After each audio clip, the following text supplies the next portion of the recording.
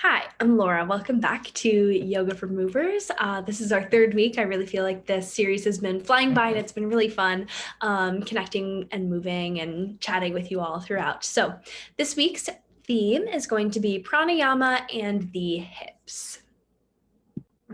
So, our pranayama is our life force energy, and you can break up the word into a couple different ways. So, prana being the life force energy and breath, and you can break it up plus a yama with an A, which is to extend and lengthen. So, extending and lengthening the breath.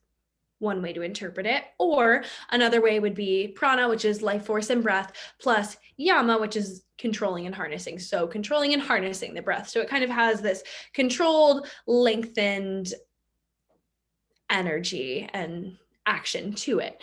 But that is kind of like at like the top peak of what prana is in the context of yoga. So it is that life force energy. So it is accountable and responsible for all movements of the body, primarily life sustaining. So breath, heartbeat, so like a movement of blood flow, movement of lymphatic fluids, movement of the nervous system, movement of ions across channels and cells. So it really can be very, very small and very molecular, and then also very broad and kind of universal, like crown chakra. So that curation of the movement and the mind body connection is really integrated into prana, and it's that fourth limb of the 8 limb path. So it's kind of on that threshold of physical world and kind of spiritual, mental, emotional world. So it's kind of like right in the middle. So it kind of accounts for a wide array of different concepts and things. So on a nervous system level, breathing is part of the autonomic nervous system. So it regulates, it goes on its own, regardless of whether you're paying attention to it or not. But the nifty thing about it is you can give it attention and give it that focus, that kind of diligent practice of breath, of the yoga, and regulate it. So with that, the autonomic nervous system and the parasympathetic nervous system is also entwined. So that kind of energetically nervous system calming down as you breathe and as you manipulate the breath. So the manipulation of the breath soothes your mind, soothes the body. So it kind of creates this really well balanced mind body connection by just simply paying a little bit more attention to your breath. So that is our breath work theme. Moving on to the topic of hips. So hips and mind body connection also really have an interesting interplay. They really stand out. I'm sure you've all heard some yogi or some person say, you're going to hold emotions in your hips, which is interesting to have all that tension in such a free area of the body. The hip socket is really cool. I'll pull up an image right here quick.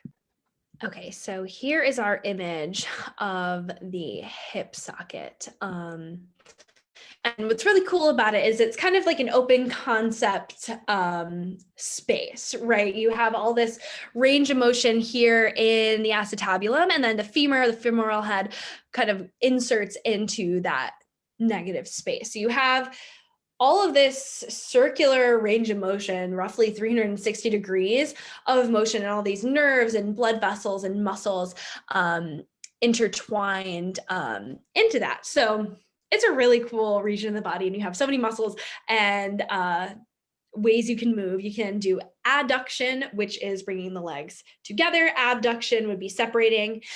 Flexion is lifting your leg forward. Extension is extending your leg back behind you. Circumduction would be moving the leg in a circle. And then you can do external rotation, which is turning your toes out, and internal rotation, which is turning your toes in. So you have so many different planes of motion that you can explore and experiment and work through with the hips.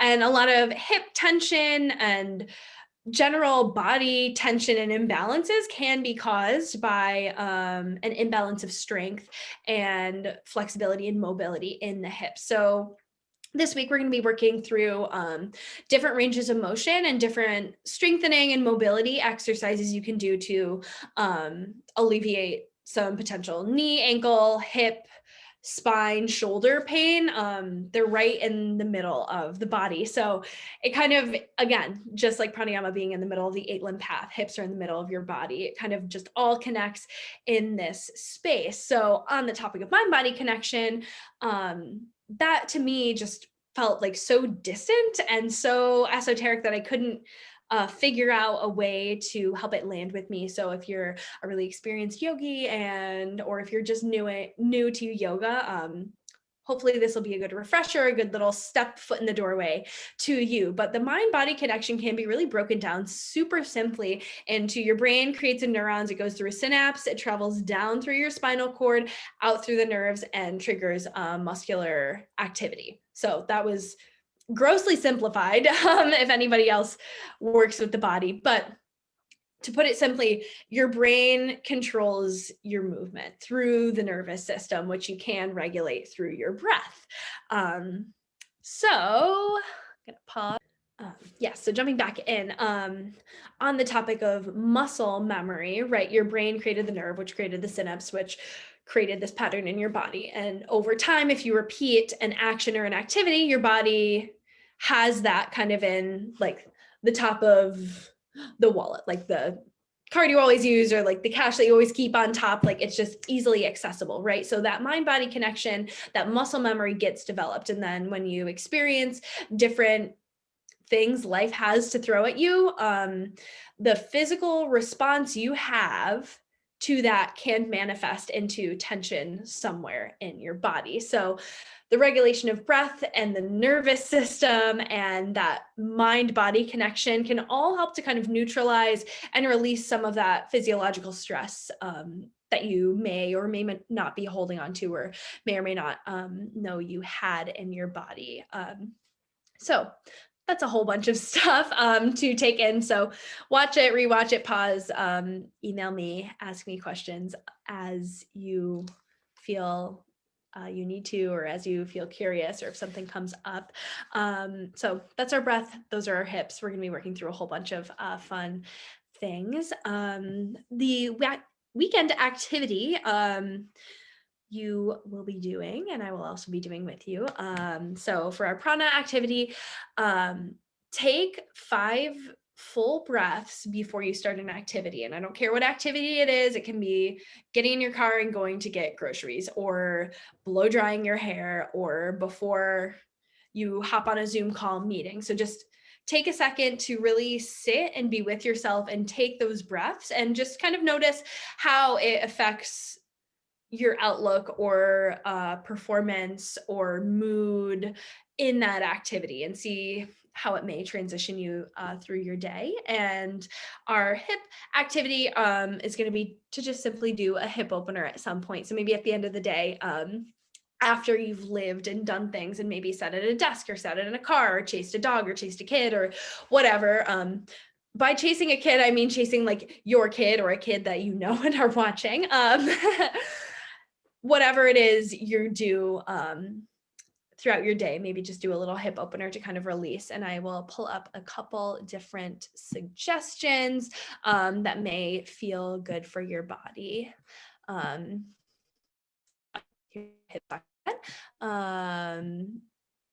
pull this down. So constructive rest, this is a really great one for any lower back tension you may be feeling.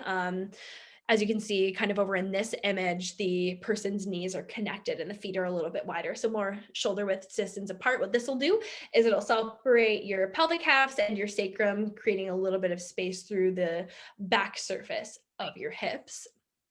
You can do supine pigeon, which is that your forward stretch on your back, opening kind of the outer surface of your hip.